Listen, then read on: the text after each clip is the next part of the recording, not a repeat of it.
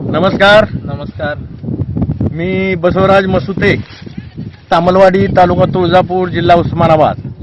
आज दिनांक 5 जानेवारी 2022 श्री भास्कर विष्णू पवार हे तामलवाडी या गावातील आमच्यातील गावातील प्रगतशील द्राक्ष बागायतदार, कांदा उत्पादक शेतकरी आणि त्यांचे चिरंजीव हे युवा शेतकरी विनायक भास्कर पवार. तर यांच्या शेतामध्ये जवळपास 24-25 एकर क्षेत्र आहे. तर याच्यामध्ये सोयाबीन, कांदा आणि द्राक्ष बाग या सर्व पिकांना मी मार्गदर्शन करून यांना ग्रीन प्लॅनेटची ट्रीटमेंट देतो आणि जवळपास रासायनिक खताचा 20 ते 25% फक्त त्यांनी आता वापर चालू केलेला आहे. सर्व सेंद्रिय पद्धतीने उत्पादन घेत आहेत. तर प्रत्यक्ष युवा शेतकरी विनायक पवार यांना आपण त्यांचं काय म्हणणं आहे किंवा कशा पद्धतीने वापर करतात त्या सर्व पिकांना, तर त्यांना आपण विचारू. प्रत्यक्ष शेतकऱ्याच्या म्हणणं काय आहे ते आपल्या सर्व शेतकऱ्याला माहिती होण्यासाठी विचारतो. नमस्कार. नमस्कार. जर पुढे या, जर जोरात बोला, सगळ्या शेतकऱ्याला ऐकू गेलं पाहिजे. हे कांद्याचं जे आज आपण पिकाचा हा व्हिडिओ शूटिंग करतोय, तर या कांद्या किती एकराचा हा प्लॉट आहे? हा 3 एकराचा प्लॉट आहे. 3 एकराचा प्लॉट आहे आणि आज काढणी चालू आहे. जवळपास फिरवा तिकडे. तर या कांदा पिकाची आज 3.5 महिन्यापूर्वी याची लागण केली होती. स्प्रिंकलरवरती लागण केला होता आणि या कांद्याचा आज मार्केटला नेण्यासाठी कांदा काढणी चालू आहे. तिकडल्या बाजूला महिला कांदा काढणी करत आहेत. तर काय काय आपण यूज केलं ह्या कांद्याला? या कांद्याला सुरुवातीलाच आपण बीज प्रक्रिया एसटीच करून बी टाकलेलं होतं. हा, बीज प्रक्रिया करून एसटीचं बियाणं पेरणी केली, लागण केली होती. कांदा लागवड केल्यानंतर 1 महिन्याच्या अंतरानं आपण एसटी आणि प्रीमियम ड्रीपद्वारे आपण हे आपलं स्प्रिंकलर द्वारे सोडलेला आहे. सगळं सोडलेलं आहे आणि 2 स्प्रे घेतलेले आहेत. 2 स्प्रे केलेले आहेत. भूमी पॉवर खताच्या टाकलेला आहे. भूमी पॉवर खतामध्ये, रासायनिक खतामध्ये मिक्स करून भूमी पॉवर टाकलेला आहे.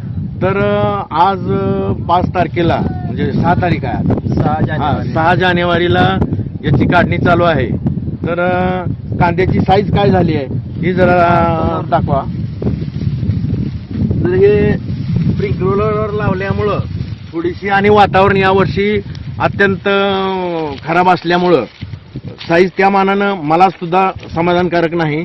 तरी इतर ठिकाणी सगळ्या कांद्याचे प्लॉट गेलेले आहेत. हा आमचा गावातील प्लॉट सेंद्रिय उत्पादनं वापरल्यामुळं 1 नंबरनं कांदा आलेला आहे आणि भाव पण आज जवळपास 3,000 3,500 चालू आहे. हे उत्पादन आहे.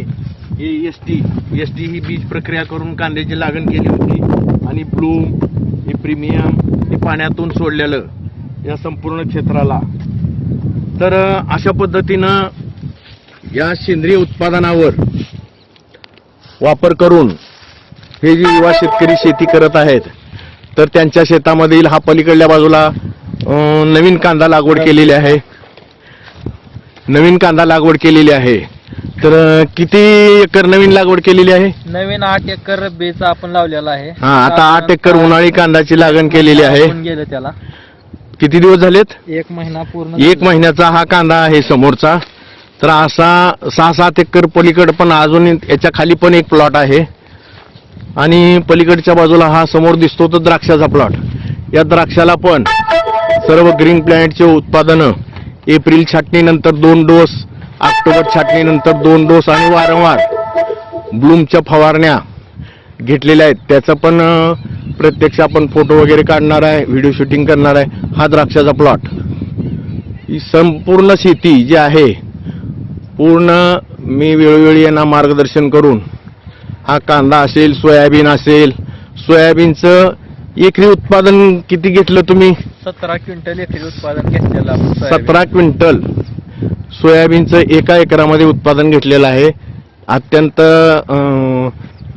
पावसाचं वातावरण फारच यावर्षी 1.5 महिना जवळपास ओढ दिलेली होती, तरी पण 17 क्विंटल सोयाबीनचं उत्पादन घेतलेलं आहे. कांदा इथं किती अपेक्षा आहे या 2.5 एकरामध्ये? आता 600 बॅग कांदा निघेल अशी अपेक्षा आहे. 600 बॅग कांदा निघेल अशी अपेक्षा आहे. हा स्प्रिंकलरवर लावलेला कांदा आहे. आणि हा जो आहे हा सरीवर लावलेला आहे. तर हा 1 महिना झालेला आहे, अजून 2 महिने ह्याला अवकाश आहे.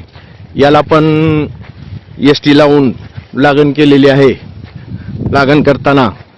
आणि आता इथून याला पाण्याद्वारे सोडणारे डोस या पुढील आठवड्यापासून चालू करतील. एक डोस झालेला ST सोडलेला आहे.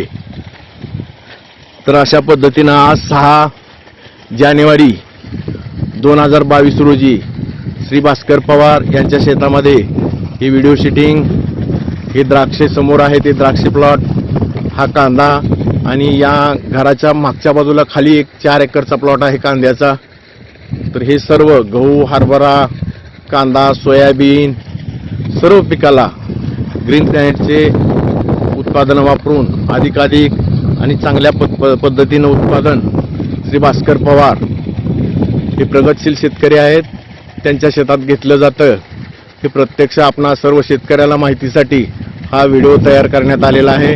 जय हिंद, जय महाराष्ट्र.